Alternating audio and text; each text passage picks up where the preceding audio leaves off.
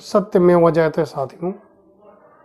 आज हम एक बहुत ही अहम टॉपिक पर चर्चा करने वाले हैं। क्या नया नोट छाप करके कोई भी सरकार, इंडियन गवर्नमेंट, जो भी पार्टी सत्ता में हो, नई मुद्राएं छाप करके, नया नोट छाप करके, यानी जितनी नोट छपी हुई है उसके अलावा में एक्स्ट्रा नोट छाप करके क्या विदेशी कर्ज चुका सकती है? आप लोगों का भी मन में आता होगा, बहुत सारे लोगों के मन में आता है कि सरकार नया नोट छाप करके चला दे, गरीबी दूर हो जाएगी, गरीबों में बांट दे। तो आइए हम इसकी चर्चा करते हैं, इस पर विश्लेषण करते हैं कि क्या ये हो सकता है, क्या यह उचित है या नहीं हो सकता है। हम आप लोगों से एक रिक्वेस्ट करते हैं, यदि आप इस चैनल पर नए आए हैं तो प्लीज़ इसको लाइक कीजिए, शेयर कीजिए और कमेंट ज़रूर कीजिए, सब्सक्राइब ज़रूर कीजिए।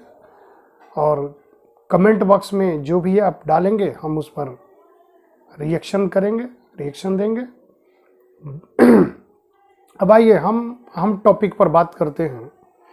क्या नई करेंसी या नई नोट छाप करके कर्ज चुकाया जा सकता है?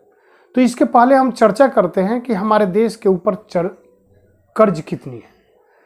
तो दिसंबर 2014 में हमारे देश के ऊपर कुल 462 अरब डॉलर था, जो जीडीपी का कुल 23.2% था।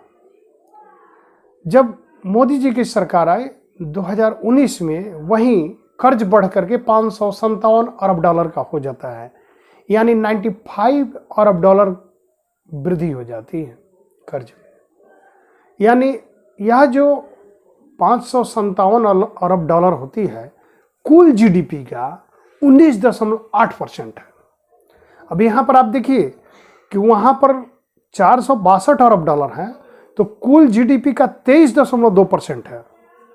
यहाँ पर 557 अरब डॉलर होने के बावजूद यानी कर्ज बढ़ गए, लेकिन यहाँ पर जो जीडीपी के हिसाब से हम देखते हैं तो 19.8% होता है, यानी जीडीपी के रेशियो में कम हुआ।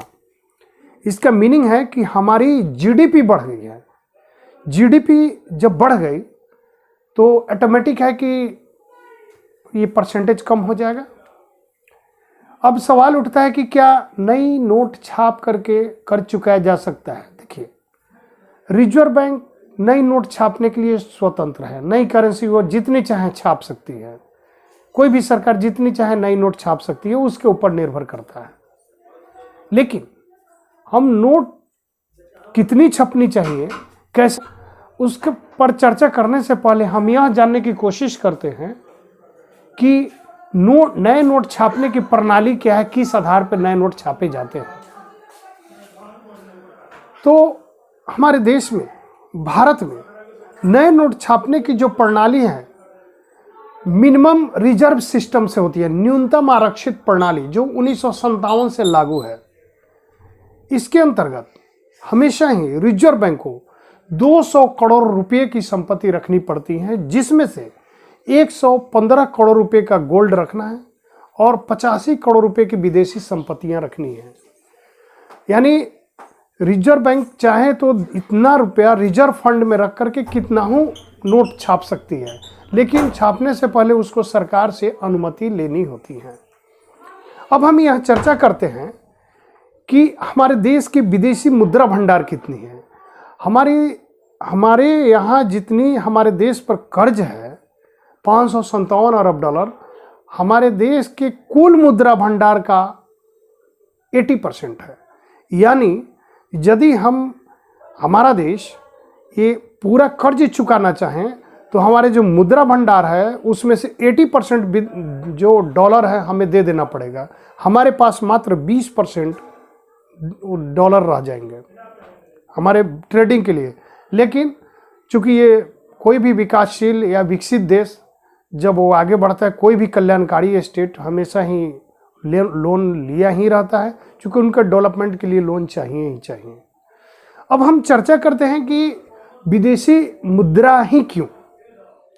हम जानते हैं कि हमारे देश में जो लोन लिया गया है, उसका एक बहुत बड़ा हिस्सा डॉलर के रूप में है और जाहिर सी बात है कि जब कोई भी डॉलर के रूप में लोन दिया है तो डॉलर के रूप में ही वापस लेगा।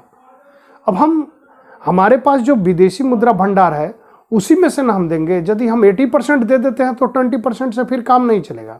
अब हम यहाँ देखते हैं कि हमारे देश में डॉलर आता कैसे है। डॉलर आता कैसे है तो पहला है निवेश से, जो इन्वेस्टमेंट होता है बाहर से वह। दूसरा है एक्सपोर्ट जो किया जाता है, उसके द्वारा हमें डॉलर मिलती हैं। तीसरा है एनआरआई के द्वारा। एनआरआई जो बाहर में रहते हैं, नॉन रेसिडेंशियल इंडियन, वे पैसा कमाते हैं तो डॉलर के रूप में पैसा भेजते हैं। जो विदेशी स्टूडेंट हमारे यहाँ पढ़ने आते हैं वो भी डॉलर के रूप में पैसा भेजते हैं। जो विदेशी पर्यटक घूमने आते हैं वह भी यहाँ पर आकर डॉलर के रूप में ही, भले ही वो किसी देश के रूप के हो, कहीं का भी हो, लेकिन यहाँ पर आते हैं तो डॉलर के रूप में ही वो लेकर के आएंगे तो उनका चलेगा। यानी डॉलर अपने देश से यदि कोई स्विट्जरलैंड से चलने लगा तो वह वहाँ से अमेरिकी डॉलर ले लेता है, तब वह भारत में आता है। यानी वह यहाँ डॉलर देता है, फिर अपना इंडियन करेंसी लेकर के वो अपना काम करता है। उसके बाद में पर्यटन क्षेत्र से हम बता दिए कि पर्यटक जब घूमने आते हैं तो डॉलर लेकर आते हैं। इसके अलावा समय समय पर जो विदेशी कर्ज लिए जाते हैं या विदेशी सहायता जो मिलते हैं वह अमेरिकन डॉलर के रूप में ही मिलते हैं।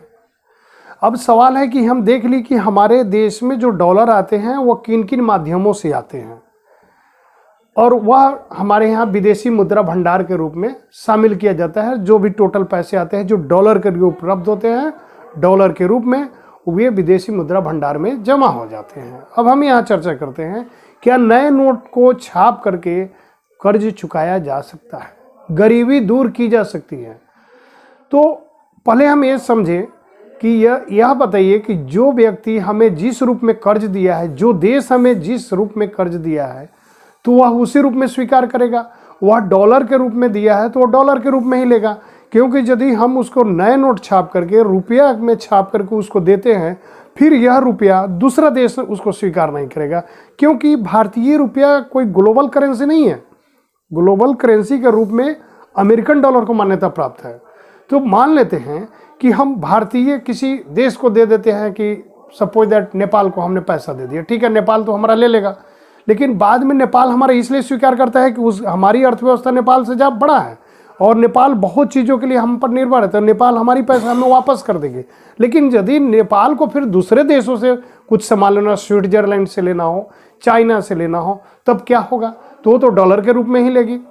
मान लेते हैं कि हम फिलीपींस को अभी जो अपनी सरकार ब्रह्मोस मिसाइल बेचने जा रही है तो डॉलर के रूप में, तो फिलीपींस का पेसो नहीं ले सकता। और क्योंकि ये पेसो भी ले लेगा तो फिर भारत को यदि तेल मंगाना हो तो सऊदी अरेबिया क्या है, वो डॉलर के रूप में लेगा, वो पेसो नहीं स्वीकार करेगा। तो जस्ट लाइक यदि वो कर्ज भारत सरकार नए नोट छाप देती है तो नए नोट छापेगी तो दूसरा देश स्वीकार नहीं करेगा। वो जब कहेगा कि हमारे डॉलर के रूप में दीजिए, क्योंकि हम आपके नोट लेकर क्या करेंगे, इसीलिए वह भारत सरकार नई नोट छाप करके कर्ज नहीं चुका सकती है। फिर गरीबी भी नहीं दूर की जा सकती है, क्योंकि गरीबी दूर करना तो अपने देश के अंदर की बात है। यदि सरकार नए नोट छाप करके करेंसी को मार्केट में लाता है तो फिर मुद्रा का वैल्यू गिर जाता है, यानी मुद्रास्फीति बढ़ जाती है। यानी जो चीज़ 100 रुपये मिल रहा है वो 150 रुपये मिलेंगे, तो उसी रेशियो में सभी चीज़ों के दाम बढ़ जाएंगे। जब सभी चीज़ों के दाम बढ़ जाएंगे तो उसको जो उपयोगिता मूल्य है, उपयोगिता मूल्य में कोई परिवर्तन नहीं हो रहा है। यदि मान लेते हैं कि आप 30 रुपये में जो चावल 1 kg आप खा रहे हैं तो आप 40 रुपये में खाइएगा, 50 रुपये में खाइएगा, लेकिन आपका उपयोगिता मूल्य 1 kg का ही है। तो इसलिए इससे गरीबी भी दूर नहीं की जा सकती। उल्टे जो नोट छापने पर खर्च होगा वो हमारी बेवजह फिजूल खर्च हो जाएगा। इसलिए नई नोट छाप करके न गरीबी दूर की जा सकती है, न ही किसी देश का कर्ज चुकता किया जा सकता है।